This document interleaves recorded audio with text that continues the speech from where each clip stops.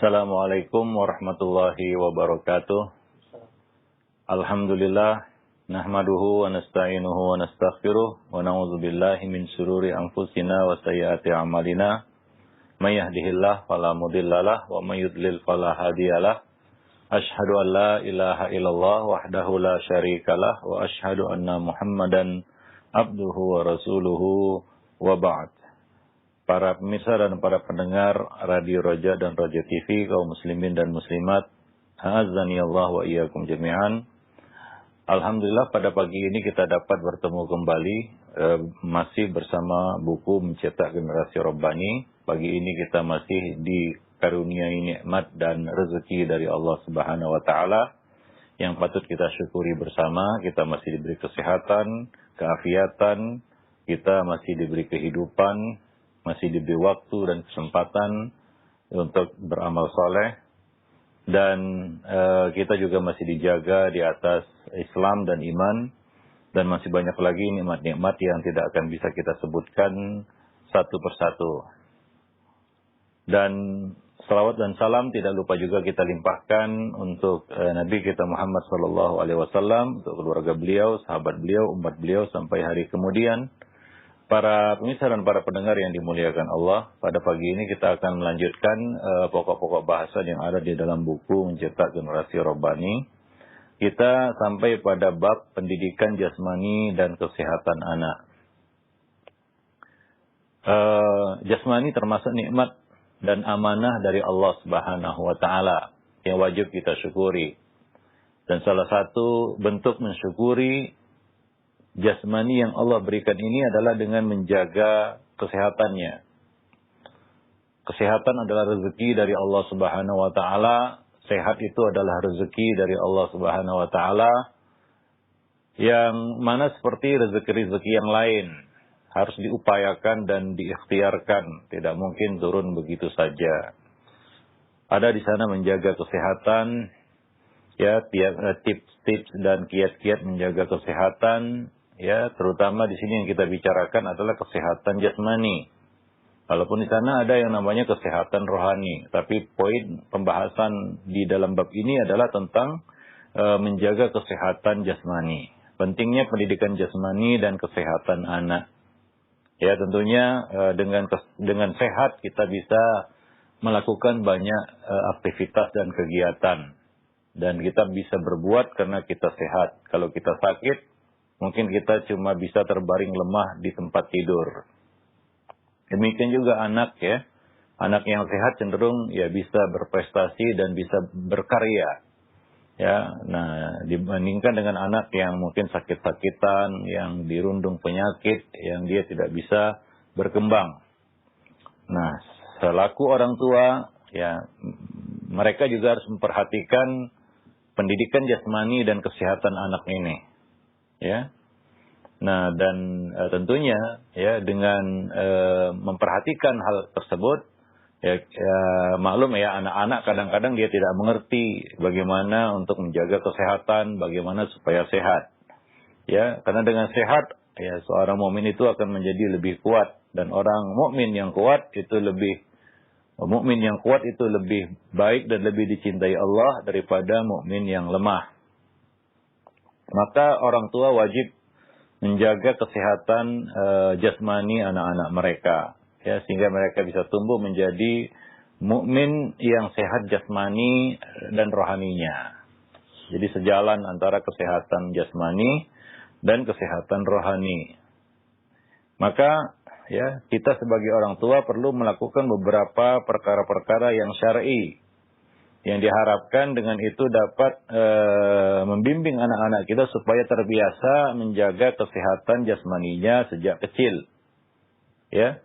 Nah, kesadaran menjaga kesehatan ini juga harus ditumbuhkan dari kecil. Ya. Nah, demikian. Ya, di antara kegiatan positif yang terkait dengan pendidikan jasmani dan kesehatan anak yang juga termasuk adab Islami adalah misalnya contohnya bersiwak, menjaga kesehatan mata, menjaga kebersihan, mengetahui aturan makan dan minum yang sesuai dengan sunnah. Kemudian aturan yang berkaitan dengan tidur, baik itu tidur malam hari maupun siang hari. dan tidur-tidur yang dimakruhkan, yaitu tidur di pagi hari dan di sore hari. Ya, kebiasaan bangun pagi-pagi, ya, segera berobat apabila sakit. Nah, dan menjauhkan anak dari penyakit-penyakit menular. Ya, dan ya aktivitas-aktivitas yang bisa mempertahankan dan memelihara kesehatan kita, misalnya berolahraga. Nah, ada kaidah-kaidah yang berkaitan dengan olahraga yang mesti diperhatikan juga oleh para orang tua. Yang pertama mungkin yang perlu kita perhatikan adalah kebersihan mulut dengan bersiwak. Ya, mulut adalah saluran makanan masuk ke dalam tubuh kita. Ya, yang pertama menyambut makanan itu adalah mulut. Ya, tentunya ya banyak di sana kotoran-kotoran yang menempel, yang masih tersisa di mulut. Maka Nabi SAW mengajarkan umat beliau bersiwak. Beliau bersiwak setiap kali hendak sholat, berwudu, hendak tidur, masuk rumah. Dalam banyak kesempatan Nabi menjaga kesehatan mulut. Dan itu penting. Banyak penyakit-penyakit itu berasal dari ya mulut yang ya, penuh dengan kuman-kuman. Nah, demikian menyebabkan kerusakan pada gigi, ya, dan juga kerusakan-kerusakan di area mulut lainnya, ya. Nah, jadi kita harus ajarkan anak ini untuk bersiwak sejak dini, sejak kecil, ya. Terutama ada waktu-waktu yang memang dianjurkan untuk bersiwak seperti ketika akan tidur, ya. Nah, ketika ya dia berwudu ataupun hendak sholat, ya. Karena kandungan kimia yang ada pada batang siwak itu sangat besar manfaatnya bagi kesehatan gigi dan gusi, ya. Nah, sekarang bahkan ada ya pohon yang memang pohon siwak itu yang ditanam ya di rumah. Jadi tinggal mengambil batangnya dan kita gunakan untuk siwak. Ya, nah ini adalah sunnah Rasulullah SAW. Ya, di samping ya kita bersiwak itu mengikuti sunnah, mengamalkan sunnah, kita juga menjaga kesehatan mulut kita. Dan bersih itu pangkal sehat sebagaimana yang dikatakan ya. Ya, salah satu petua orang tua kita, ya bersih pangkal sehat itu. Kebersihan itu adalah pangkal kesehatan. Nah, maka perkara yang ya perlu kita bersihkan adalah area mulut kita. Karena di situ banyak kotoran-kotoran yang menempel ketika kita selesai makan. Nabi SAW mengatakan, laula an asyukka ala ummati la amartuhum bisiwaki inda kulli salat. Kalaulah bukan karena memberatkan umatku, niscaya aku akan perintahkan, wajibkan mereka untuk bersiwak setiap kali hendak mengerjakan salat. Hadis Bukhari dan Muslim. Ini menunjukkan bahwa bersiwak itu adalah sunnah yang ditekankan. Ya, hingga kalaulah bukan karena itu akan memberatkan umat beliau, beliau akan wajibkan itu atas umat beliau. Nah, demikian ya. Demikian juga Nabi selalu bersiwak, misalnya ketika beliau hendak masuk ke dalam rumah, beliau mulai dengan siwak. Ya, ketika beliau hendak pergi tidur, beliau mulai dengan siwak. Demikian juga setelah bangun tidur, ya beliau mulai dengan siwak. Ya, jadi banyak kegiatan-kegiatan sehari-hari itu Nabi sertai dengan siwak. Ya, ini menunjukkan pentingnya kita menjaga kebersihan mulut. Ya, karena banyak kuman-kuman yang menempel di situ. Begitu Islam memperhatikan kebersihan. Nah, ini harus kita kita biasakan pada anak-anak kita sejak kecil untuk bersiwak. Nah, namun apabila kesulitan mendapatkan batang siwak, ya, maka bisa kita ganti dengan sikat gigi dan odol, ya. Seperti yang banyak dilakukan oleh orang-orang sekarang, intinya membersihkan mulut. Walaupun yang paling ideal, yang paling baik dan paling sempurna itu adalah menggunakan batang siwak. Ya, yang diambil dari kayu arak biasanya. Nah, seperti sekarang sudah ada ditanam di halaman ataupun di pot, bisa ditanam di rumah. Ya, kapan waktu kita bisa mengambilnya dan batangnya dan menggunakannya untuk siwak. Nah, demikian. Mungkin bisa dicari di internet ataupun di jualan-jualan online yang kadang-kadang menawarkan kayu arak ini untuk ditanam di rumah. Nah, demikian. Dan para pakar kesehatan juga sepakat bahwa menjaga kesehatan gigi itu harus dimulai sejak kecil. Kita lihat ya, anak-anak yang giginya hancur ketika dia remaja, itu disebabkan karena mereka tidak menjaganya sejak kecil. Atau di sini orang tua ya tidak mengarahkan dan tidak memperhatikannya. Sehingga perkembangan gigi itu menjadi tidak baik ya, rusak. Nah, ini menyebabkan ya giginya keropos ya, karena ya berlubang itu ya, dan lain-lain sebagainya yang membuat ya kesehatannya juga terganggu ya, karena ketika gigi ini bermasalah dan gigi itu adalah alat untuk mengunyah ya, maka ya ini mengakibatkan ya dia tidak berfungsi dengan baik ya untuk mengunyah makanan, sehingga makanan masuk mungkin begitu saja tanpa dikunyah. Kita lihat sebagian anak makannya langsungan begitu ya, tanpa dikunyah-kunyah langsung masuk ke dalam perutnya, dan ini tentunya akan memperberat kerja ya, kita katakan alat-alat pencernakan ya, setelah gigi ataupun setelah mulut ya, mulai dari lambung ya, kemudian usus dan lain sebagainya, karena harus mencerna makanan yang tidak terkunyah. Nah, ini akan membuat kerusakan di bagian dalam tubuhnya, terutama ya kita katakan alat-alat pencernakan. Ya, para pemirsa dan para pendengar yang dimuliakan Allah. Maka dari itu menjaga kesehatan gigi, kesadaran untuk menjaga kebersihan mulut itu harus dimulai sejak kecil. Ya, di samping bersiwak ya, ada berkumur-kumur. Ya, berkumur-kumur yang menjadi salah satu bagian dari wudhu yang wajib dilakukan. Ya, idza tawadda'ta famatmit, kata Nabi. Jika engkau berwudhu maka berkumur-kumurlah. Dari situ para ulama menjelaskan bahwa hukum berkumur-kumur di dalam wudhu itu adalah wajib. Wajib berkumur-kumur. Karena Nabi SAW memerintahkannya. Ini salah satu bentuk untuk menjaga kebersihan mulut. Ya, dengan berkumur-kumur di samping bersiwak. Maka coba ajarkan anak-anak kita cara menyikat gigi yang benar ya, dan disiplin ini yang penting ya, waktu-waktu untuk menyikat gigi, misalnya sebelum tidur, bangun dari tidur ya, sesudah makan mungkin ya, atau ketika dia hendak sholat ataupun berwudu ya. Nah, demikian. Wallahu a'lam bishawab. Ya, sebagian anak malas gosok gigi karena memang tidak ditekankan dan tidak dicontohkan juga oleh orang tua mereka. Mungkin orang tua mereka juga jarang gosok gigi dan mungkin tidak melihat orang tuanya gosok gigi. Ya, kadang-kadang kita harus peragakan ya gosok gigi ini atau menyikat gigi ini di depan anak-anak kita, atau kita sengaja menunjukkannya kepada mereka, mempertontonkannya kepada mereka hingga mereka bisa melihat, oh ini namanya gosok gigi. Dan pada waktu-waktu yang tertentu ya, misalnya akan tidur ya, kemudian bangun dari tidur ya. Nah, anak-anak perlu melihat itu supaya mereka juga tahu waktu yang tepat untuk gosok gigi ya. Nah, demikian. Wallahu a'lam bishawab. Dan juga disediakan alat-alatnya.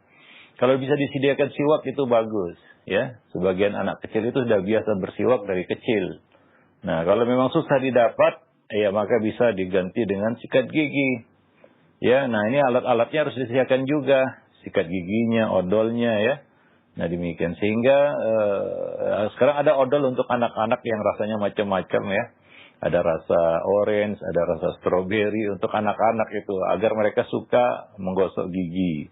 Nah, demikian. Allahu a'lam bishawab. Dan juga ajarkan anak ini untuk berkumur-kumur. Ya, sebagian anak ada yang nggak ngerti kumur-kumur, ya. Nah, kumur-kumur itu adalah menggerak-gerakkan air di dalam mulut. Tujuannya adalah untuk membersihkan sisa-sisa kotoran yang masih menempel. Ya, nah demikian. Seperti ya, misalnya setelah minum susu. Anak-anak kan sering minum susu ya, dan suka minum susu. Nah, sunnahnya adalah kita berkumur-kumur setelah minum susu. Ini adalah anjuran Nabi SAW. Seperti di dalam hadis Nabi SAW berkata, "Idza syaribtumul labana fatamatmidu fa innalahu dasama." Jika kalian minum susu, maka berkumur-kumurlah. Karena sesungguhnya susu itu meninggalkan rasa masam pada mulut. Dan sunnah ini berguna untuk mencegah kerusakan pada gigi. Para pemirsa dan para pendengar yang dimuliakan Allah, ya. Nah, demikian. Anak-anak kan sering minum susu. Tapi mungkin karena tidak diajarkan oleh orang tua, mereka tidak berkumur-kumur setelah minum susu. Ya, nah, jadi ini salah satu sunnah yang harus kita ajarkan juga kepada anak-anak kita. Ya, nah, kemudian berilah makanan yang bermanfaat dan hindarkan anak dari makanan yang berpotensi merusak gigi. Misalnya makanan yang panas sekali, makanan yang dingin sekali, ya. Nah, ini harus dihindarkan karena Nabi SAW juga melarang kita untuk makan makanan yang panas sehingga bisa membuat mulut kita terluka, gigi kita rusak. Demikian juga yang terlalu dingin sekali.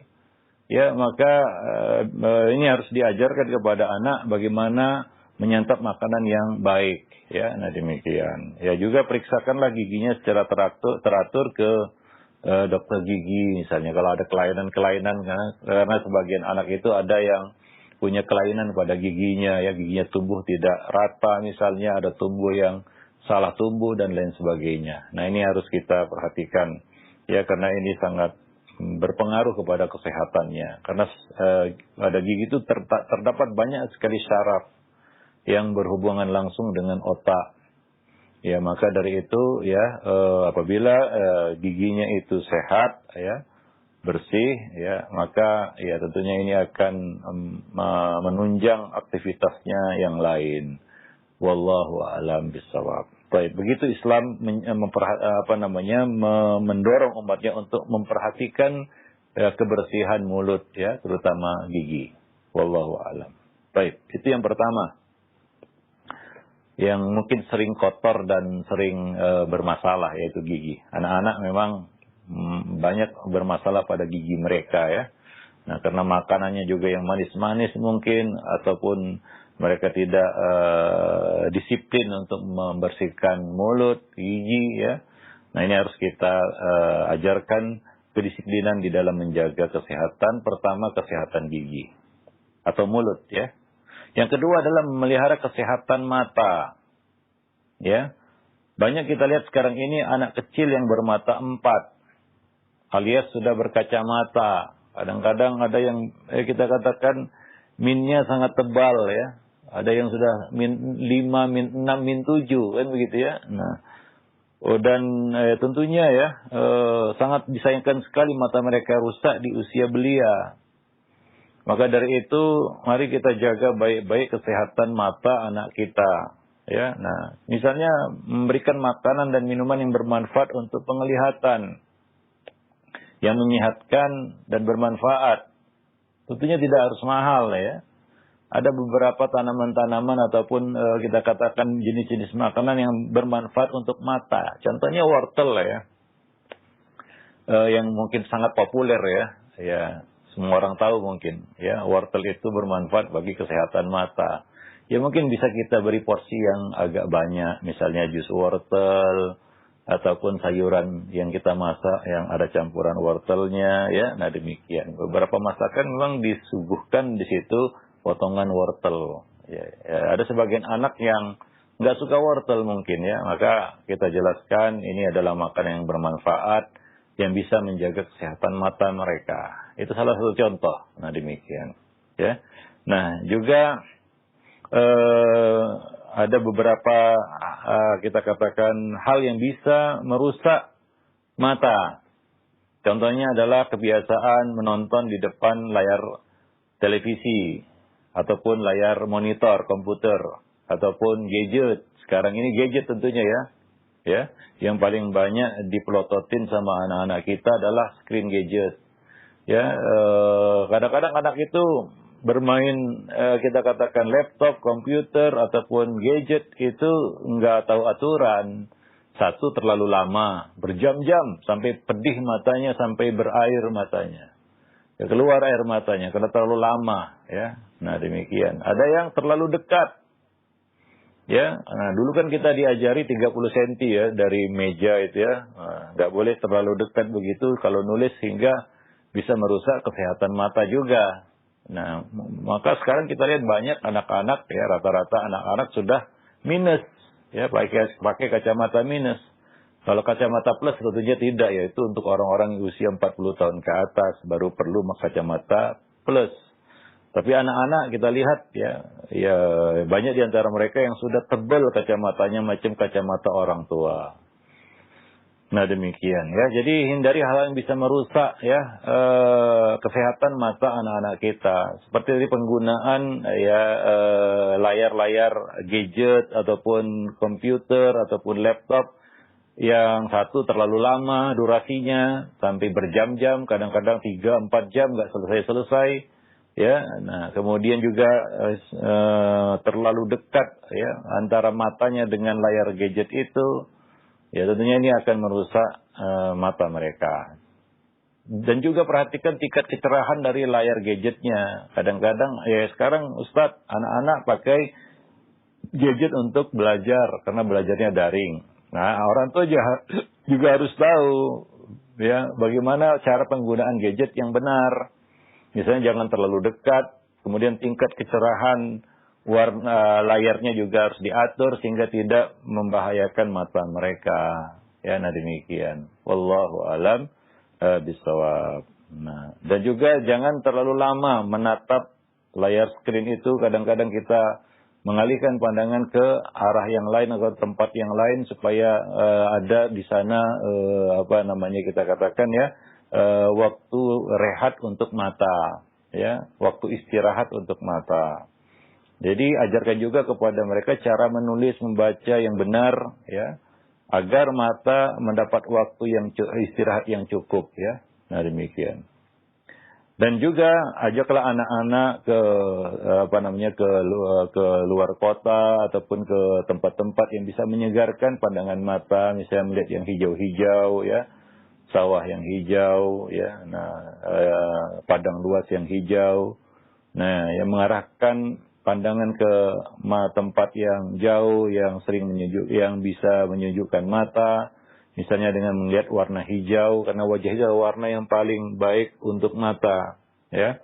Nah, ada beberapa warna yang paling baik untuk mata itu warna hijau, ya, yang netral dan bisa menyejukkan mata dibandingkan dengan warna-warna yang lain. Wallahu a'lam bishawab. Karena mata lebih bisa beradaptasi dengan warna ini, yaitu warna hijau ini.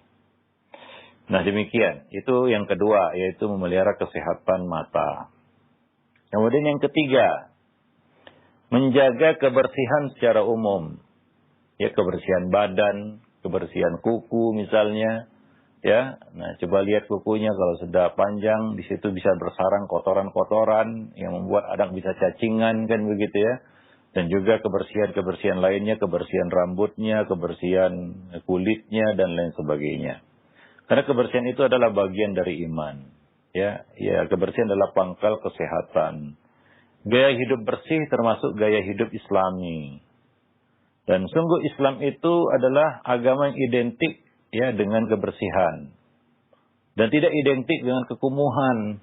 Nah, kalau ada kita lihat lingkungan Islam yang di situ ya, perumahan Muslim katanya, tapi kotor ya. Nah itu tidak mencerminkan Islam sebenarnya. Ya, perumahan Islam adalah perumahan yang bersih, lingkungannya bersih. Ya, kebersihan di sini bukan hanya kebersihan kita, diri kita, juga kebersihan lingkungan sekitar, ya, rumah bersih, pekarangan bersih. Jika Nabi berkata kepada umat beliau, "Tahiru afniyatakum, fa innal yahud la yutahhiru afniyatahum." Bersihkanlah pekarangan kamu, karena orang-orang Yahudi tidak membersihkan pekarangan mereka. Dan anak ya itu harus dimunculkan kesadarannya dan kedisiplinannya di dalam menjaga kebersihan. Bukan hanya kebersihan diri, tapi juga kebersihan lingkungan. Ya, tidak membuang sampah sembarangan, ya, mengutip sampah yang berserakan, ya, membuang sampah pada tempatnya, ya, dan membersihkan lingkungan sekitar. Ya, itu adalah satu hal yang ditekankan dan diajarkan di dalam Islam. Maka Nabi SAW bersabda, At-tuhuru syatrul iman. Kebersihan itu bagian dari iman. Itu sesuatu yang tidak bisa dipisahkan dari iman. Ya, maka biasakan anak ini hidup bersih. Ya, sejak dini, sejak kecil. Agar kebiasaan ini dibawa sampai dewasa. Ya, sebagai contoh misalnya mencuci tangan sebelum makan, saat bangun dari tidur, itu yang dikatakan Nabi, janganlah kamu celupkan tanganmu ke dalam bejana sebelum kamu cuci 3 kali. Ya, nah demikian, ya mandi secara teratur, ya. Dalam Islam wajib mandi minimal, ini yang paling ya kita katakan ya paling minim lah, yaitu 1 kali dalam sepekan, yaitu mandi Jumat, kan begitu ya. Nah, ya kalau bisa kita katakan mandi setiap hari, apalagi ya badan itu sudah bau kan begitu ya, maka ya ajarkan mereka kebersihan ini. Karena yang kotor-kotor itu setan suka. Banyak orang-orang yang kerasukan jin itu karena yang hidupnya kotor gitu ya, tempatnya kotor, itu jin suka. Karena jin suka di toilet, WC, kamar mandi, tempat sampah ya, ataupun yang kotor-kotor, jin suka itu. Ya, maka coba perhatikan ya kebersihan diri ya. Nah, demikian. Ya, nah, itu penting untuk diperhatikan. Biasakan juga untuk menjaga kebersihan pakaian, kebersihan rumah dan lingkungan yang ada di sekitarnya. Ya. Nah, biasakan pula anak untuk rutin memotong kuku, membersihkan hidung dan telinga. Ya, membersihkan hidung dan telinga. Nah, ini salah satu yang diajarkan oleh Nabi kita Muhammad SAW. Minimal 40 hari ya kita memotong kuku itu. Supaya tidak tumbuh liar ya. Ada anak yang kukunya itu macam hewan buas itu. Panjang, kotor ya. Nah, ini kan tidak baik untuk kesehatannya. Nah, demikian juga rambut.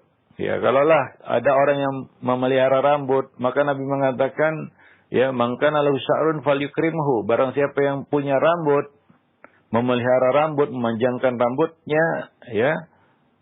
Kalau laki-laki ya maksimal sebahu ya. Maka muliakanlah kata Nabi, yaitu minyakilah, bersihkanlah, jangan dibiarkan seperti sarang kutu begitu ya. Penuh dengan kutu, bau dan lain sebagainya. Nah, itu tidak baik untuk kesehatan. Ya, nah demikian, ya.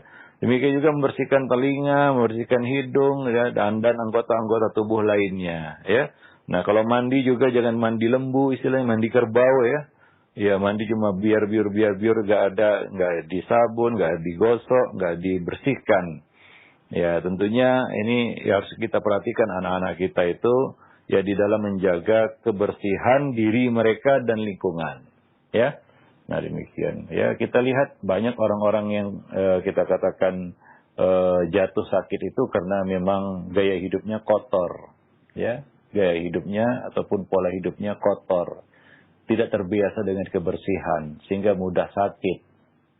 Nah, demikian. Kita tahu bahwa kotor ini akan membawa banyak kita katakan parasit, virus, ya, kuman dan lain sebagainya. Yang itu bisa membahayakan kesehatan manusia. Ya, bahkan banyak penyakit itu berasal dari yang kotor-kotor itu. Ya, makanan yang kotor juga ya, kemudian lingkungan yang kotor ya, dan demikian. Maka ini harus kita latih anak kita untuk ya, menjadi anak yang suka kebersihan dan merasa risih dengan kotor ya, sampah, kotor dan kumuh. Nah, demikian. Wallahu a'lam bishawab. Kemudian yang berikutnya, yang keempat, perkara yang harus kita perhatikan berkaitan dengan menjaga kesehatan adalah makan dan minum. Ya, makan dan minum. Mulai dari cara makan, apa yang dimakan, bagaimana adab setelah makan. Ya, ini semua diajarkan di dalam Islam. Nah, kesehatan itu erat hubungannya dengan makan dan minum. Seperti kata orang hari ini, kita itu mati bukan karena nggak makan, tapi kita itu mati karena makan. Ya, ya. Makanan itu yang membunuh kita. Kenapa? Karena kita tidak memperhatikan ya makanan yang sehat, makanan yang baik. Maka di dalam bab makan ada istilahnya halalan thayyiban. Makanan yang halal dan baik, ya, bermanfaat bagi tubuh. Nah, ini juga harus dibiasakan kepada anak mengkonsumsi makanan-makanan, minuman-minuman yang sehat. Menjauhkannya dari makanan dan minuman yang bisa membawa penyakit. Seperti contohnya lah junk food ya, begitu ya. Ya, makanan-makanan yang tidak sehat, yang mengandung banyak bahan kimia. Ya, bahan kimia ini kan susah untuk diurai oleh tubuh. Ya. Pencernakan itu tidak mendeteksi zat-zat kimia ini ya untuk diurai dan bisa diserap oleh tubuh sehingga dia menjadi parasit dalam tubuh kita ya. Kalau tidak keluar itu bisa berbahaya. Maka dari itu anak-anak harus dibiasakan mengkonsumsi makanan dan minuman yang sehat. Nah, demikian sejak kecil ya. Misalnya makan sayur ya. Ya, ada anak yang nggak suka makan sayur, berat atau susah untuk disuruh makan sayur ya. Maunya yang hewani saja. Nah, ini kan tidak baik ya. Mungkin waktu kecil kita tidak nampak dampaknya ya. Tapi nanti setelah dia dewasa, ya baru dia mungkin menyesali kenapa dia dulu tidak rajin makan sayur, kan begitu ya. Atau anak-anak yang ketagihan junk food, ya fast food itu. Nah ini juga tentunya tidak baik ya bagi kesehatan si anak ini. Berapa banyak anak-anak yang kena ya misalnya kanker, tumor dan lain sebagainya karena itulah makanannya dari kecil. Ya, makanan yang tidak sehat. Ya, kalau sesekali mungkin ya tidak jadi masalah, setahun sekali ya atau 3 bulan sekali. Ini kadang-kadang tiap hari. Ada sebagian anak itu kalau nggak makan junk food ini dia nggak mau makan. Ya, ini ya tidak lepas dari ya itu orang tua yang harus menyeting ya bagaimana pola makan anak. Kalau kita mungkin yang kita nggak diperhatikan itu dari kecil, sekarang mungkin tinggal kita sesali ya. Kenapa dulu waktu kecil kita ya karena orang tua mungkin nggak tahu ya kita tidak diajari pola makan yang benar, makanan yang sehat ya. Nah demikian. Nah mungkin sekarang ya banyak ya kita katakan ilmu pengetahuan yang berkaitan tentang masalah ini di internet. Ya orang tua bisa baca di internet apa makanan yang baik untuk kesehatan anak. Nah itu bisa kita berikan kepada anak-anak kita sekarang. Kalau dulu mungkin orang tua kita nggak ngerti ya. Wallahu a'lam ya. Nah demikian. Baik. Jadi ada beberapa hal yang berkaitan dengan makan dan minum ini. Ya cara makan juga itu harus diperhatikan. Ya misal jangan makan dengan tangan kiri. Itu kan tangan yang digunakan untuk membersihkan kotoran. Ya, nah ya tentunya ya mungkin tangan kiri tidak sebersih tangan kanan. Ya karena tangan kiri digunakan untuk hal yang kotor-kotor mungkin ya. Nah, ketika makan pakai tangan kiri mungkin ya kotoran juga ikut masuk ke dalam tubuh kita. Maka dalam Islam diajarkan makan pakai tangan kanan. Ya, bukan dengan tangan kiri. Nabi mengatakan samillah wa kul biyaminik ya kepada seorang bocah. Bacalah bismillah dan makanlah dengan tangan kananmu. Ya, nah, sampai hari ini ya kita lihat banyak orang dewasa juga makan pakai tangan kiri. Itu karena kebiasaan dari kecil, ya tidak diarahkan dan tidak dibiasakan. Sehingga sampai dewasa pun dia biasa makan pakai tangan kiri dan merasa tidak bersalah, ya tidak berdosa dan tidak menjadi satu hal yang berarti baginya. Artinya sama saja tangan kanan tangan kiri. Padahal dalam Islam ditekankan makan dan minum pakai tangan kanan. Wallahu a'lam bishawab. Ya, itu salah satu contoh. Nah, ada beberapa sunnah-sunnah makan dan minum yang perlu kita ajarkan kepada anak-anak kita. Ya, misalnya yang pertama makan makanan yang halalan thayyiban, yang halal. Ya, jauhi makanan-makanan yang haram. Ya, baik itu haram zatnya seperti bangkai babi ataupun haram ya sifatnya karena dia adalah makan makanan yang bisa ya menyebabkan mudarat bagi dirinya ya. Misalnya ya kita katakan makanan-makanan yang tidak cocok untuk anak-anak ya. Ya tidak semua makanan cocok untuk anak-anak kan. Nah, makanan-makanan yang misalnya memiliki kadar gas yang tinggi ya. Nah, itu dia kita perhatikan. Halalan thayyiban. Yang halal lagi baik ya, baik untuk kesehatannya. Ya, baik untuk kesehatannya. Hindari dia dari makanan-makanan yang haram dan makanan-makanan yang tidak baik. Ya, nah demikian. Wallahu a'lam bishawab. Karena alat pencernakan anak-anak berbeda dengan alat pencernakan orang dewasa. Ya, nah bayi ya ataupun balita tentunya ditekankan untuk makan makanan yang lembut ya, jangan yang keras-keras dulu ya seperti orang dewasa karena alat pencernakannya tidak seperti orang dewasa. Maka diperhatikan itu. Ini untuk kesehatannya nanti kelak ketika dia dewasa. Ya. Kemudian yang kedua, ya tidak makan ketika perut masih kenyang. Ini kebiasaan ya. Ya, ada sebagian anak itu congok istilahnya, rakus ya. Orang tuanya bilang, oh, anak saya banyak makan. Tapi itu karena tidak dibiasakan untuk ya tidak makan kecuali ketika ya memang lapar dan perlu makan. Ya, dan dia tidak akan cari makanan ketika perutnya masih kenyang. Ya, banyak hal-hal yang negatif ya. Misalnya kita lihat sebagian anak yang obesitas, masih kecil sudah obesitas, itu kegemukan yang tidak terkontrol ya. Sehingga orang tuanya bingung, ini gimana? Anak-anak disuruh diet, ya mungkin dia nggak ngerti diet itu apa, kan gitu ya, untuk menurunkan berat badannya. Sebagian lagi kita lihat ya, banyak anak-anak sekarang ini ya melembung badannya. Artinya kegemukan begitu ya, karena obesitas masih kecil.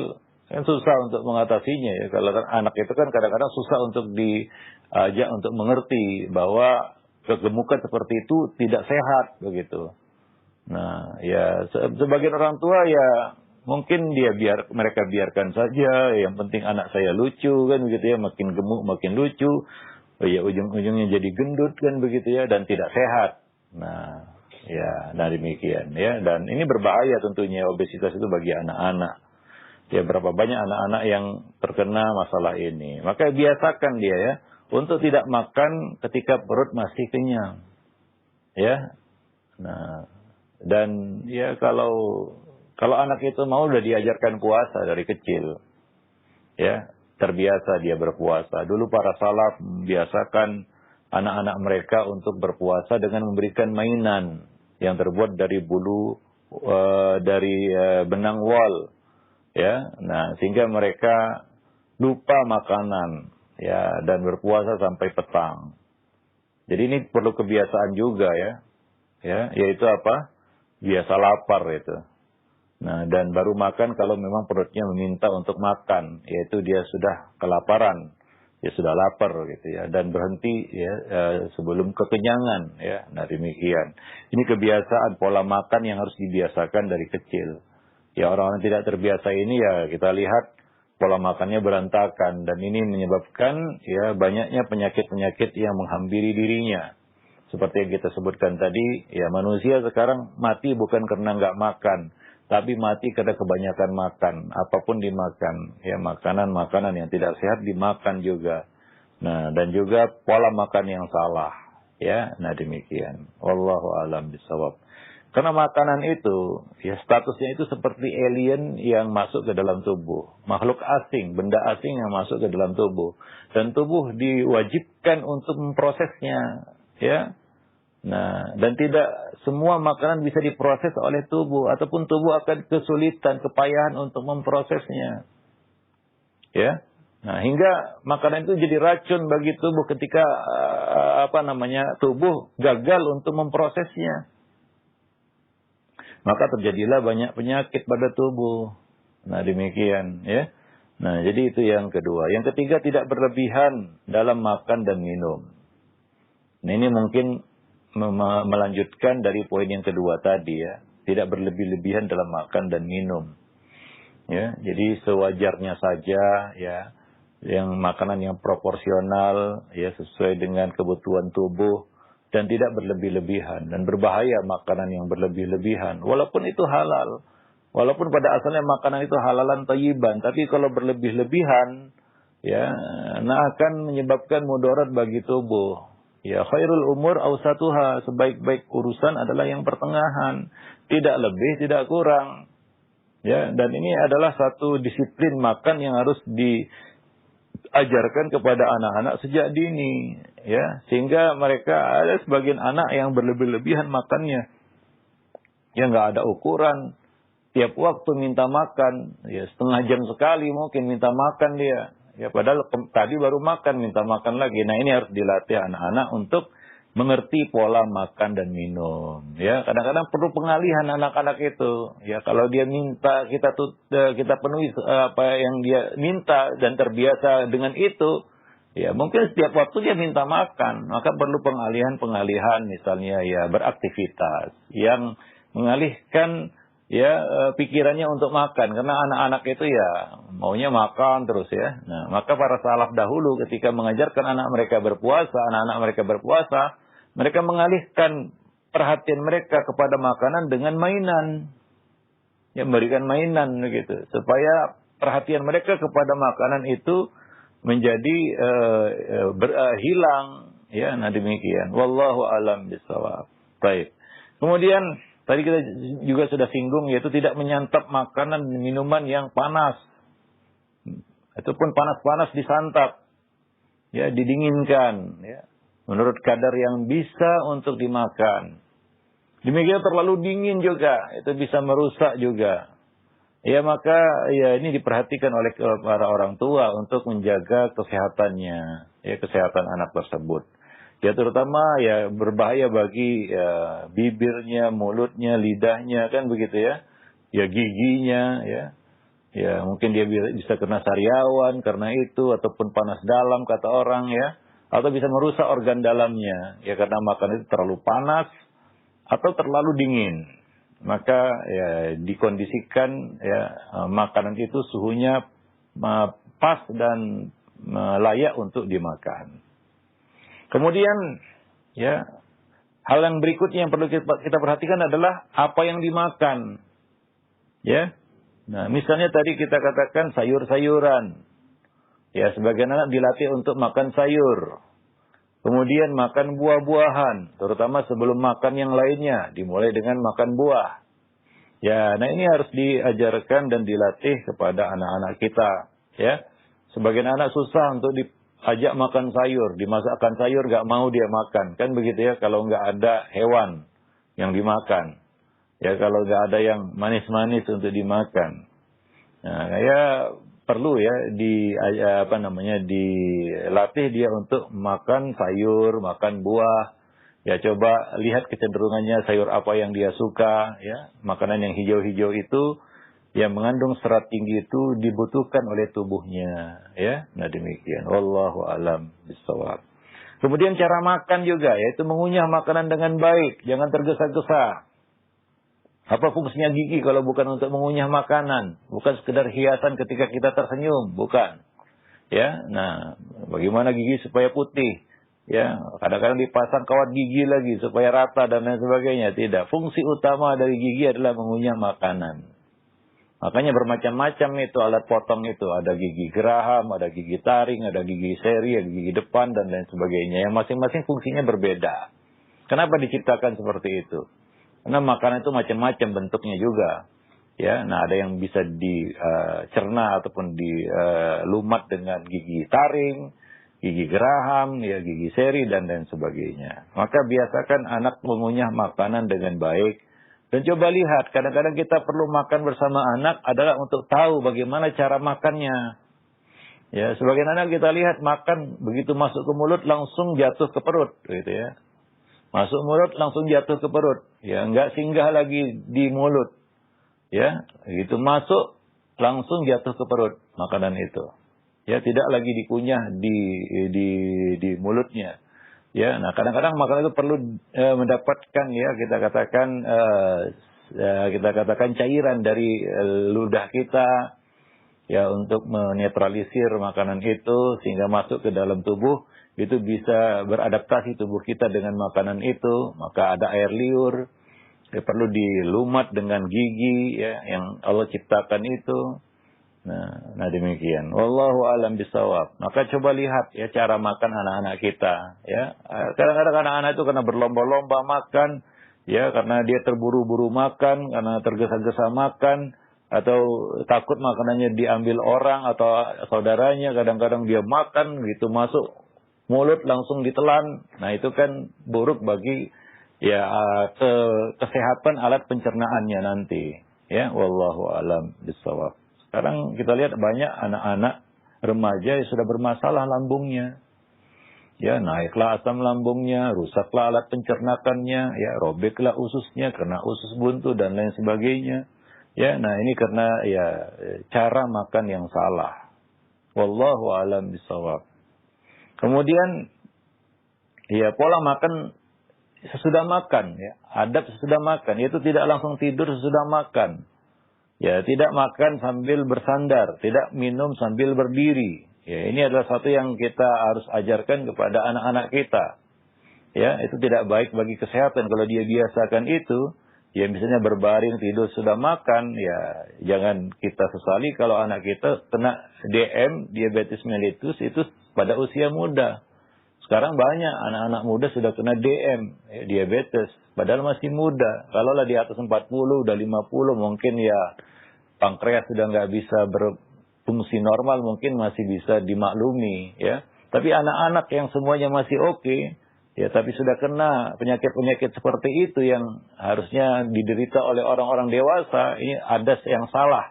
Terutama dari pola makannya atau cara makannya, ya. Di antaranya adalah tadi berbaring, tidur, sudah makan, ini sangat tidak baik. Mungkin waktu dia kecil itu masih bisa dihandle oleh tubuhnya. Tapi ketika tubuh ini sudah semakin tua, kebiasaan itu tetap dipertahankan, maka ini sangat buruk efeknya bagi kesehatan dirinya. Wallahu a'lam bishawab. Ya, demikian juga ya, tidak bernafas ketika minum di gelas, yaitu minum dengan 3 kali tegukan seraya mengambil nafas di sela-sela tegukan itu, ya, dan tidak menghembus nafas ke dalam gelas, tidak bernafas ke dalam gelas, ya. Nah, ini salah satu cara untuk menjaga kesehatan, ya, karena itu racun yang keluar dari tubuh kita jangan sampai masuk kembali ke dalam tubuh kita melalui makanan ataupun minuman tersebut, ya, misalnya dengan bernapas padanya, ya. Nah, demikian. Dan hindari juga minum dari bejana yang rusak atau yang pecah, gelas yang pecah. Ya, kita tidak boleh minum dari gelas yang sumbing ataupun pecah, terutama dari pecahan itu kan, itu banyak kotoran yang menempel di situ. Kemudian juga bisa melukai mulutnya, ya, dari gelas yang pecah. Ya, maka kalau ada gelas yang pecah, ya jangan digunakan lagi, ya. Nah, demikian. Wallahu a'lam bishawab. Jadi banyak sekali ya aturan-aturan makan dan minum yang diajarkan Nabi sallallahu alaihi wasallam. Sehingga tidak berlebihan kalau salah satu ya di antara kitab ya dalam buku fikih adalah kitab At-Timah. Ya, kitab makanan. Di situ dibahas mulai dari apa yang harus dimakan, boleh dimakan, ya, yang dilarang untuk dimakan, ya, kemudian juga cara makan. Ya, nah kemudian setelah makan, ya fikih makanan itu sangat komplit dan lengkap karena manusia perlu makan untuk hidup, ya, dan tubuhnya, ya, diciptakan desain, ya, dengan keterbatasan, ya, bisa rusak kalau tidak dipelihara. Maka banyak orang bermasalah kesehatannya karena pola makan, cara makan, dan sifat makan yang salah. Dan makanan yang salah juga, cara makan yang salah juga. Ya, nah demikian. Wallahu a'lam bishawab. Jadi ya salah satu cara menjaga kesehatan adalah menjaga cara, pola, dan sifat adab makan kita. Wallahu a'lam. Nah demikian para pemirsa dan para pendengar yang dimuliakan Allah. Ya, nah itu poin yang keempat, yaitu makan dan minum sesuai dengan adab-adab petunjuk-petunjuk yang telah digariskan Nabi sallallahu alaihi wasallam. Begitu komplit dan lengkapnya dinul Islam ini yang tidak akan didapatkan di dalam agama-agama yang lain. Wallahu a'lam bishawab. Nah demikianlah ya, nanti akan kita lanjutkan lagi masih di bab pendidikan jasmani dan kesehatan anak. Ya. Nah, aku qauli hadza astaghfirullah li wa lakum wa lisairil muslimin innahu huwal ghafurur rahim. Nah, baik. Syukran jazakallahu khair. Barakallahu fiik para ustaz yang sudah memberikan penjelasan bagaimana pendidikan jasmani dan kesehatan terhadap anak, yang mudah-mudahan ini bisa bermanfaat untuk kita semua, dan tentunya mudah-mudahan Allah Subhanahu wa taala melindungi anak-anak kita dari mara bahaya, dari sesuatu yang membahayakan jasmani mereka. Baik, untuk selanjutnya kami buka sesi interaktif, sesi soal jawab bagi Anda para pemirsa atau pendengar yang ingin bertanya. Silahkan Anda bisa mengirimkan pertanyaan di nomor layanan pesan singkat. Baik, yang pertama saya ada pertanyaan mengenai larangan makan dan minum sambil bersandar. Assalamualaikum warahmatullahi wabarakatuh. Ya Ustaz, mohon penjelasan larangan makan dan minum sambil bersandar. Bersandar seperti apakah yang dilarang, Ustaz? Mohon penjelasannya. Iya, bersandar di sini ada dua penjelasan dari para ulama, yaitu bertelekan pada tangan kita atau bersandar pada sesuatu. Ya, itu menunjukkan sikap satu sombong, yang kedua sikap malas. Ya. Nah, ketika kita makan dengan cara itu, mungkin makanan masuk ya tidak kita katakan tidak semestinya. Ya, tidak sempurna. Dan ini bisa misalnya orang itu tersedak, ya banyak ada orang yang mati karena tersedak gitu ya. Makan mungkin dia berbaring, ya salah masuk saluran karena ketika masuk itu satu saluran ya. Ketika masuk ke dalam tubuh satu salurannya, kita makan dari mulut kita, ya satu saluran. Tapi ketika masuk ke dalam tubuh ada dua saluran itu, dari satu pipa ataupun dari satu saluran, yaitu satu ke paru-paru, satu ke lambung. Ya, nah ada sistem yang Allah buat di dalam tubuh kita hingga yang udara masuk ke paru-paru, oksigen yang kita hirup masuk ke paru-paru, makanan masuk ke lambung. Nah, kalau kita makan dengan cara yang salah, ya bisa saja ya. Harusnya masuk ke lambung, jadi masuk ke paru-paru, kan begitu. Dan itu berbahaya. Ya, atau bisa menutup saluran pernapasan. Makanan itu menutup saluran pernapasan sehingga orang itu tersedak dan bisa mati karena itu. Ada kasusnya ya, orang itu mati karena tersekat makanan pernapasannya. Sehingga dia nggak bisa bernapas, sulit bernapas. Paru-parunya tidak terisi dengan oksigen dan dia bisa mati, tercekik, nah, begitu. Nah, jadi berbahaya ya bagi kesehatan. Maka dalam Islam itu dilarang makan dengan cara seperti itu. Wallahu a'lam. Bersandar apalagi berbaring ya. Nah, sebagian anak biasa makan sambil berbaring. Ya mungkin kita nggak bisa mengatakan saya nggak mengapa makan berbaring.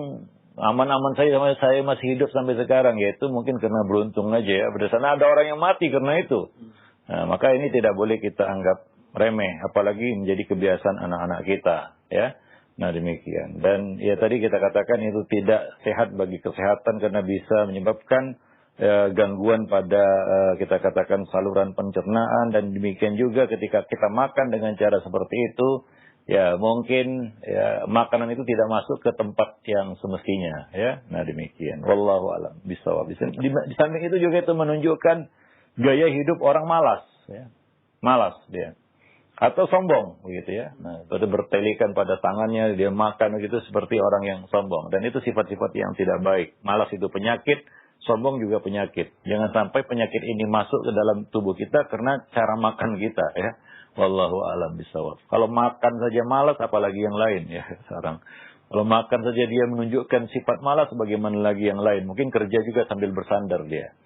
Dan juga akhirnya banyak hal-hal yang tidak bagus dilakukan sambil tidur, misalnya membaca dan lain sebagainya. Ya, itu banyak anak-anak rusak matanya juga karena salah satunya adalah dia baca sambil tidur. Karena banyak aktivitas yang dia lakukan sambil tidur. Sampai makan pun sambil tidur, kan begitu ya. Nah, itu menunjukkan satu, mungkin dia terbiasa hidup malas. Dan malas itu penyakit yang bisa terus berkembang dalam diri seseorang hingga dia menjadi seorang yang disebut pemalas. Ya, malas-malasan, kadang-kadang kita malas itu wajar, tapi jadi pemalas itu berbahaya. Wallahu a'lam bishawab. Apa larangan itu masuk sampai ke haram, Ustaz? Ya, para ulama menggolongkannya itu makruh tanzih ya. Dimakruhkan. Nah, demikian. Wallahu a'lam bishawab. Nah. Ya. Iya, baik. Syukran atas jawabannya demikian. Dan selanjutnya kami angkat kembali pertanyaan. Ya, Ustaz, bolehkah anak kami mengikuti latihan bela diri? Di mana tentunya dalam latihan bela diri tersebut sering ditarungkan antara satu murid dengan yang lainnya sebagai syarat, salah satu syarat dalam latihan. Dan tentunya hal tersebut juga tak terhindarkan antara memukul badan, bahkan menendang kepala. Tapi semuanya itu memakai pelindung, Ustaz. Iya, nanti ada dibahas ini ya tentang olahraga. Ini kan masih pola hidup, ya, pola makan, jaga kebersihan dan lain sebagainya. Nanti akan sampai di sini ya, pada poin yang mungkin ke-9. Berolahraga dan bermain ketangkasan. Nanti ada poinnya. Tapi kita bukalah di sini ya, bahwa ini khusus bela diri ya. Nah, tidak semua bela diri itu positif. Ada yang mengandung nilai negatif. Misalnya ya bela diri yang memang sasarannya wajah. Nah, sementara itu kan wajah harus dihindari dipukul, nggak boleh dipukul, nggak boleh dirusak. Bahkan dalam peperangan yang resmi bisa saling membinasakan satu sama lainnya. Tetap menjaga untuk tidak merusak wajah. Nah, dan berbahaya bagi kesehatan juga. Kalau sasaran itu kepala, ya. Karena pukulan pada kepala itu ya bisa menyebabkan gangguan pada otak. Maka tidak semua olahraga cocok untuk anak-anak. Ya, termasuk bela diri. Itu harus diperhatikan. Belum lagi hal-hal yang mungkin tidak sejalan dengan dinul Islam. Ya, seperti adanya kita katakan praktik-praktik ibadah agama lain di situ, ya. Membungkuk, merukuk kepada selain Allah yang itu dilarang. Ya, ini harus kita kita saring lah ya. Olahraga bela diri ini yang sejalan dengan Islam, yang tidak ada ya kita katakan hal yang membahayakan dan dilarang ya. Nah, demikian. Wallahu a'lam bishawab. Misalnya Nabi bergulat. Nah, gulat kan ya tidak tidak menjadikan wajah ya kepala sebagai sasaran. Nah, ya itu bisa sebagai alternatifnya ya. Jadi dipilah-pilih juga bela diri yang memang bagus untuk anak-anak. Ya, nah jangan bela diri yang bisa merusak anak itu, kan begitu. Wallahu a'lam bishawab. Ya, nanti akan kita bahas secara detail lagi di bab yang ke-9 ya. Nah, demikian. Ya, syukran jazakallahu atas jawaban dan penjelasannya. Demikian untuk yang bertanya, dan selanjutnya ada pertanyaan dari Ummu Abdillah yang berada di Bekasi. Ya Ustaz, anak saya ketiganya memiliki alergi, yaitu alergi kepada sebagian makanan. Dan tentunya ketika mereka memakan yang menjadi pantangannya, itu mereka kadang sering sakit. Nah, bagaimana Ustaz cara mengatasinya? Sedangkan kita sulit untuk mengontrol ketika mereka main dengan teman-temannya dan dikasih uang jajan, dan tentunya kita tidak mengetahui apa yang mereka beli. Dan akhirnya mereka sering sakit juga ketika pulang dari bermain. Ya tentunya ini perlu, kalau itu penyakit ya, alergi itu adalah penyakit bawaan atau mungkin dari lahir, ada yang seperti itu juga, maka perlu dikonsultasikan kepada dokter yang berkompeten dalam bidangnya ya. Nah, mungkin asupan apa yang perlu diberikan kepada anak, apa yang memang ya, terlarang baginya, karena sebagian anak ada yang memang dapat ataupun ya membawa penyakit bawaan ya dari orang tua ya, nah, karena faktor genetika dan lain sebagainya. Maka ini perlu dikonsultasikan kepada dokter yang berkompeten ya, yang ahli, sehingga bisa kita melakukan terapi ataupun langkah yang tepat untuk anak kita ya, untuk menjaga kesehatannya. Dan seperti tadi ya, anak itu juga harus dibiasakan dengan hal-hal yang baik bagi mereka. Ya, nah, misalnya ada larangan-larangan atau pantangan-pantangan tertentu, mereka juga harus tahu dan menumbuhkan kesadaran ini pada diri mereka. Saya susah bagi kita untuk mengontrol kan begitu ya. Nah, karena tidak selamanya anak itu berada di sisi kita, seperti yang diceritakan tadi di dalam pertanyaan. Di luar sana dia dikasih uang jajan, dia bebas. Ya, kalau seperti itu mungkin bisa kita siasati ya. Mungkin uang jajannya dibatasi, dibekal dia istilahnya ya, diberi bekal makanan kan begitu ya kepada anak-anak tersebut, sehingga dia tidak ya kita katakan tidak bebas makan makanan di luar yang belum tentu sehat ya. Banyak makanan-makanan yang dijajakan di luar itu tidak sehat. Nah ini untuk mencegahnya. Wallahu a'lam bishawab. Dan dia tentunya ya perlunya orang tua itu, terutama ibu di sini ya, ada namanya masakan ibu. Itu harus jadi makanan favorit anak-anak kita. Maka dari itu ibu itu harus bisa masak juga. Bagaimana memancing selera anak-anak itu suka makanan ibunya atau masakan ibunya. Ya, sehingga itu mencegahnya untuk suka jajan juga. Sebagian anak ya, dari kecil memang sukanya jajan karena ibunya tidak pernah fokus untuk membuat satu masakan yang itu memancing selera anak. Ya. Kalau kita kecil-kecil dulu masakan ibu itu selalu dirindu istilahnya. Ya. Kenapa? Karena ada ciri khasnya. Nggak didapat di kedai manapun ya. Maka waktu kecil kita cepat-cepat pulang ke rumah, lalu buka tudung saji, ngelihat itu makanan favorit. Ibu harus seperti itu. Dan banyak sekarang ibu itu malas. Dan nggak peduli dia bisa masak atau nggak bisa masak, bisa beli. Nah, kalau ibu mengajarkan anaknya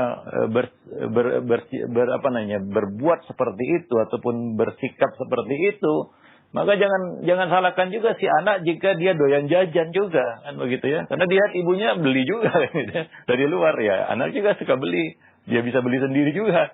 Apalagi sekarang ada GrabFood, ada istilahnya GoFood ya dia bisa pesan langsung itu. Jadi dia jadi doyan jajan. Maka perlu kita masak bukan sekali-kali bahkan.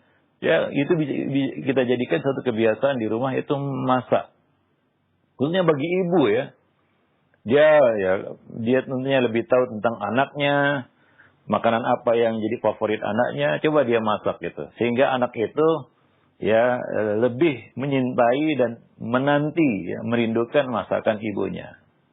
Ya kalau dibekal pun dia nggak akan mau jajan, dia makan makanan ibunya ya. Dia makan masakan ibunya. Kenapa? Karena itu favoritnya. Wallahu a'lam bishawab ya. Nah, mungkin ini dulu ya. Ibu-ibu zaman dulu ya gitu ya, suka masak dia dan pintar masak. Dan menjadi satu keistimewaan jago masak bagi seorang ibu. Nah, sehingga kita sampai sudah besar seperti ini, kita masih merindukan masakan ibu. Tapi ibu-ibu sekarang mungkin beda ya. Saya nggak ngerti ibu sekarang bagaimana. Mungkin juga ibunya lebih sering GoFood, ya lebih sering GrabFood, sehingga ya anak juga menirunya. Ya, jadi dia menjadi anak yang suka jajan di luar karena ya dia lihat ibunya juga jarang masak di rumah. Wallahu a'lam bishawab. Maka tingkatkanlah ya keterampilan ya para ibu ini untuk memasak. Ya, ini ditujukan khusus kepada para ibu ya, para ummahat, akhwat juga ya, bekalilah diri Anda dengan keterampilan memasak untuk suami dan juga untuk anak-anak. Wallahu a'lam bishawab ya. Nah, ya kita lihat sekarang ini anak-anak gadis masuk ke dapur kadang-kadang nggak tahu mana kunyit, mana bawang, mana merica, mana garam, kan begitu ya. Nah, ada yang seperti itu sekarang ini, sungguh sangat memprihatinkan anak-anak gadis hari ini. Boro-boro dia bisa masak dan pintar masak. Ya, nah demikian. Jadi harus dilatih, diajarkan dia untuk ya memasak dengan baik dan punya ya kita katakan resep-resep, ada namanya istilahnya resep ibu ya. Nah, demikian ya. Nah, ya bahkan pada beberapa anak ya itu bisa menjadi kita katakan modal bisnisnya. Ya, sudah besar dia buka restoran, itu resep ibu katanya. Ya, itu dia belajar dari ibunya kan gitu. Dia masakan ibunya yang lezat baginya, ternyata juga laku dijual. Nah, demikian. Wallahu a'lam bishawab. Ya, nah demikian. Iya, baik. Syukran jazakallahu khair atas jawaban dan penjelasan Ustaz. Baik, untuk selanjutnya pertanyaan kembali kami ajukan di layanan pesan singkat. Nah, mengenai memelihara kesehatan, Ustaz, ini mudah-mudahan ada hubungannya dari pembahasan. Ketika kita pergi ke masjid dan kita sholat di sebelah yang entah itu aromanya yang tidak sedap dari badannya ataupun bau mulutnya, juga gangguan dari orang yang sering sendawa ketika sholat. Hal itu yang tentunya sangat mengganggu saya. Kadang jika benar-benar tidak kuat, maka saya batalkan sholatnya dan pindah ke saf belakang. Nah, bolehkah saya melakukan hal tersebut, Ustaz? Ya, ini kadang-kadang terjadi juga ya. Sebagian orang itu tidak peduli dengan orang-orang yang ada di sekitarnya. Maka Nabi melarang orang yang makan bawang putih, bawang merah mentah, dan dia datang ke masjid. Karena dapat mengganggu orang-orang yang ada di masjid. Ya, dilarang dia datang ke masjid. Nah, jika dia ngotot juga karena kejahilan, maka yang terjadi seperti itu. Ada sebagian orang nggak tahan dan mau muntah dia. Dan memang nggak bisa dielakkan, dia harus mungkin berpindah seperti yang dilakukan tadi. Ya, maka bisa dibenarkan juga jika kondisinya memang memaksa seperti itu. Ya, sebagian orang mual dia, mungkin ya yang paling buruk dia bisa muntah di situ karena hal itu. Termasuk ya kita katakan makanan-makanan yang mengeluarkan bau busuk, rokok misalnya. Ya, sebagian orang yang memang mengharamkan rokok dan tidak merokok, ya dia mencium bau rokok itu mau muntah dia. Dan dia ya akan pergi dari situ ya. Seharusnya orang ini yang nggak boleh masuk ke masjid ya. Nah demikian ya, sehingga tidak membuat orang lari. Nah memang seperti itulah, manusia tidak bisa mencium baunya sendiri, tapi orang lain yang bisa menciumnya. Mungkin kalau dikatakan kamu bau, dia mengatakan saya tidak bau. Ya dia mencium dirinya sendiri, tapi orang lain. Nah demikian. Maka harus diperhatikan ya, kita katakan penampilan dan kebersihan ketika kita hadir di ruang publik ya, terutama di tempat ya, berkumpulnya kaum muslimin, majelis ilmu, sholat berjamaah dan sejenisnya. Wallahu a'lam bishawab. Jika tidak mengganggu orang lain. Dan ingat juga, yang terganggu itu bukan hanya manusia. Para malaikat juga terganggu. Innal malaika tata'azza bima yata'azza bihi banu Adam. Bahwa para malaikat terganggu dengan apa yang mengganggu anak Adam, yaitu manusia. Ya, nah demikian. Ya kita mengganggu manusia, mengganggu malaikat juga ya. Nah betapa buruknya kita ketika kita menjadi ya kita katakan hal yang mengganggu ya dua makhluk, manusia dan malaikat. Wallahu a'lam bishawab. Maka perhatikan ya penampilan, kebersihan ketika kita hadir di ruang publik ataupun di tempat berkumpulnya kaum muslimin. Wallahu alam bishawab. Nah mungkin sampai di sini dulu ya pertemuan kita pada kesempatan pagi ini, mudah-mudahan bermanfaat.